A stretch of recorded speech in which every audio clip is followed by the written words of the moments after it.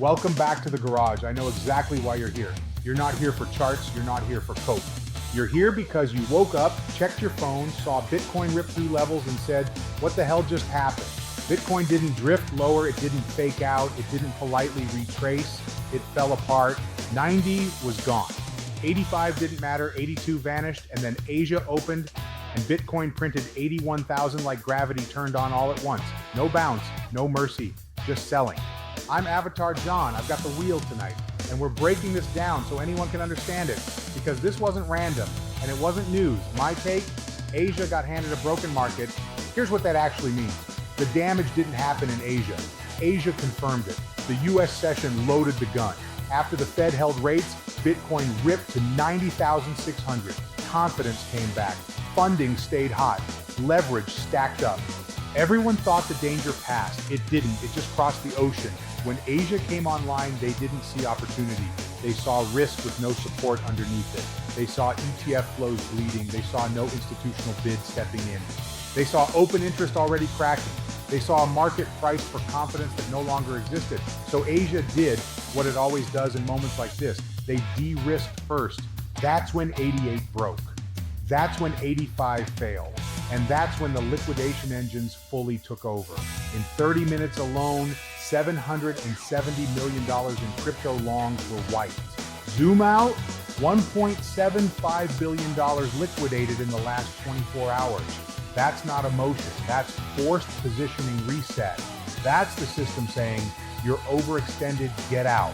Now here's the part that matters most. The leverage flush worked, funding reset, open interest collapsed, the foam washed out, but Bitcoin didn't bounce. That's the signal. Because when leverage clears and price still can't stand up, it means this is no longer about fear, it's about absence. No bid, no ETF support, no institution stepping in to play hero. The safety net wasn't torn, it was pulled away. And here's the contradiction breaking everyone's brain tonight.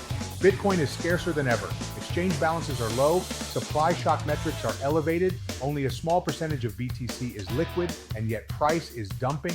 Why? Because scarcity only matters when someone needs the asset. Right now, capital doesn't need upside, it needs certainty. And certainty tonight is not found in leveraged high beta markets. It's hiding in cash, gold, energy, infrastructure. That's why, while crypto was getting liquidated, El Salvador bought $50 million worth of gold, not Bitcoin, gold. Sovereigns moved first into certainty, then into optionality, gold first, Bitcoin later. That sequencing hasn't changed. Now here's the layer almost nobody is talking about, and it matters, AI. While crypto was flushing, AI capital didn't flinch. It didn't sell, it didn't hedge, it didn't panic, it locked itself in. OpenAI is preparing for a Q4 IPO. That hit tonight. That's not hype, that's exit planning. That tells you where big money thinks the next real liquidity event lives. And inside tech, the divergence was violent.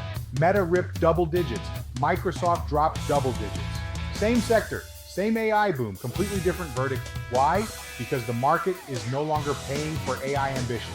It's paying for AI efficiency. Who can spend without bleeding? Who can monetize without excuses? Who can justify the burn? And here's the key point most people miss. AI right now is acting like a liquidity sink. Billions are being poured into chips, data centers, power contracts, cooling systems, and long-duration infrastructure. That money isn't rotating back next week. It's being cemented. So when markets get tight, risk assets don't just wobble, they lose oxygen. Crypto didn't fall because AI is better. Crypto fell because capital chose certainty and duration over volatility and leverage. Liquidity didn't move sideways, it left the casino. Now layer back in the macro pressure Asia woke up to. Tomorrow morning, the US announces a new Federal Reserve chair. Markets are already pricing an 80+% probability it's Kevin Warsh. Warsh isn't QE Santa. He's not here to rescue leverage. He represents discipline, not forgiveness. So what does the market do ahead of that uncertainty? It doesn't wait, it de-risks first. Asia didn't panic. Asia looked at a market built on borrowed confidence and said, not my problem, and they hit sell. So let's be very clear. Tonight wasn't crypto failing, tonight was leverage meeting reality after confidence crossed time zones while capital quietly chose other homes. The US built the imbalance. Asia exposed it. AI absorbed liquidity. Sovereigns chose safety. That's how moves like this happen. Not with one candle, but with a handoff. Now we're in a decision zone. If 81 holds, liquidation slow, funding stays calm, you get stabilization and breathing room. If 81 breaks and forced selling continues, the market will hunt for the level that finally hurts institutions. No hype, no predictions, just mechanics. This is not the moment to chase, not the moment to revenge trade, not the moment to panic.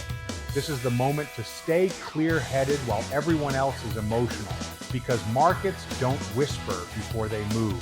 They compress, then they snap. And when the real opportunity shows up, it never shows up during the chaos. It shows up after. Engines hot, safety off, let it rip.